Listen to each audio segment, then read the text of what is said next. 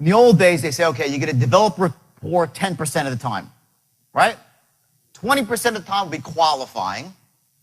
Then you have 30% where you'll be actually presenting and 40% closing. And the example of this is like, you ever seen the movie Tin Men? Where like they're these door-to-door salesmen, they go in for a couple of seconds, they drop a $5 bill on the floor. They said, ooh, is this your money to get credibility with the people? They develop rapport like that. Then they go and give a quick couple of questions they can afford, and they slam the presentation, and bam, they close until either the person says no, or they just hit them over the head until they say yes. That's the old selling model. And this model's got a bad rap. Okay, if you say to someone, oh, I sell them a closer, it has some stigma to it. So they came up with the new model, which I think is a total joke. Okay, here's the new model. Okay, right here. Okay, and what this is called consultative selling. And this is selling for people that don't want to admit they're selling. They're like, I'm not really selling anybody. I'm just filling people's needs by asking them what they want. So what happens is this. Most of the time is spent building relationships or developing rapport, 40% of the time, right? 30% of the time, right, you're identifying what their needs are. Then you present solutions 20% of the time, and then you close 10% of the time. So you're really never even closing, just a little sliver, right? This is the biggest crock of shit I've ever seen in my life, okay? And I'll tell you why, okay? And you're in sales, right? If you're not closing, you got to get out of the business, okay? You know when your closing starts in sales? I'll tell you exactly when it starts. It starts right here.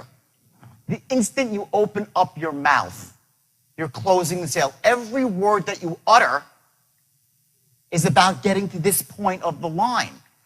There's nothing evil about selling or persuading or influencing if you're selling a quality product and if you've qualified the person out and it's what they need.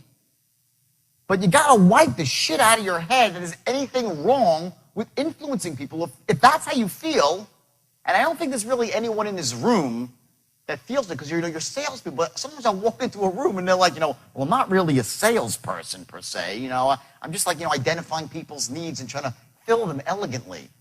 So here's what I ask you for. There's only two things. Number one is 60 days. And please write this down. This is important.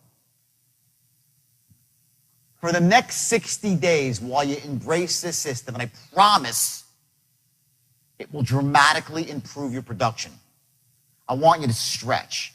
And what that means is you work twice as hard.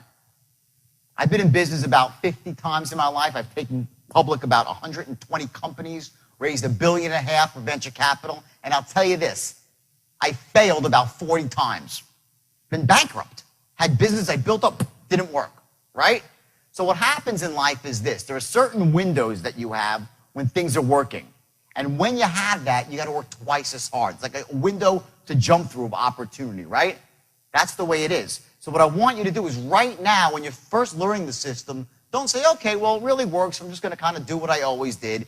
However many calls you're making, I want you to make twice as many calls. If you're dressing a certain way, dress that way every second of the day. Whatever your commitment is to your thoughts, what you're thinking about, where you're going in life, the goals you're setting, I want you to stretch them, not forever. Not forever, just for 2 months, 60 days. Because that's the kind of the amount of time that it takes for you really to take hold and internalize this stuff, okay? So that's number one, okay?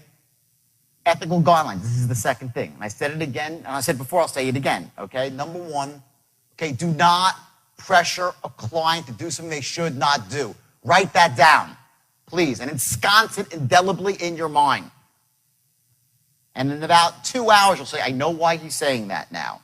Because you're going to realize there are certain unconscious buying triggers and certain tonal patterns that make people buy things they shouldn't buy when used the wrong way. Do not use this for that. Okay?